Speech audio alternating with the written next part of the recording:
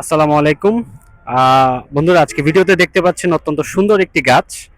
গাছটির বৈজ্ঞানিক নাম হচ্ছে ওসিমাম তেনুলিফ্লোরাম, এবং আমরা বাংলায় সাধারণত এটাকে তুলসী উদ্ভিদ নামে জেনে থাকি।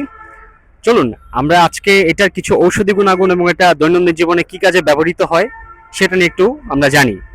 তো প্রথমত, এই উদ্ভিদটি আয়ুর্বেদিক চিকিৎসায় অত্যন্ত জনপ্রিয়, এবং উপমহাদেশে, ভারতীয় উপমহাদেশে আয়ুর্বেদ চিকিৎসার অন্যতম একটি উদ্ভিদ হচ্ছে এই তুলসী উদ্ভিদ, যেটি দিয়ে অনেক ঔষধ তৈরি করা হয়। এছাড়া ওষুধ তৈরি করা ছাড়া এটার আর কি কি গুণাগুণ আছে চলুন জানি। সবচেয়ে গুরুত্বপূর্ণ গুণাগুণটি হচ্ছে এটি অ্যান্টিঅক্সিডেন্ট এবং অ্যান্টিব্যাকটেরিয়াল গুণাগুণ সম্পন্ন, যা যা সর্দি, কাশি, মাথা ব্যথা এবং রোগ প্রতিরোধ ক্ষমতা বৃদ্ধিতে গুরুত্বপূর্ণভাবে ভূমিকা পালন করে।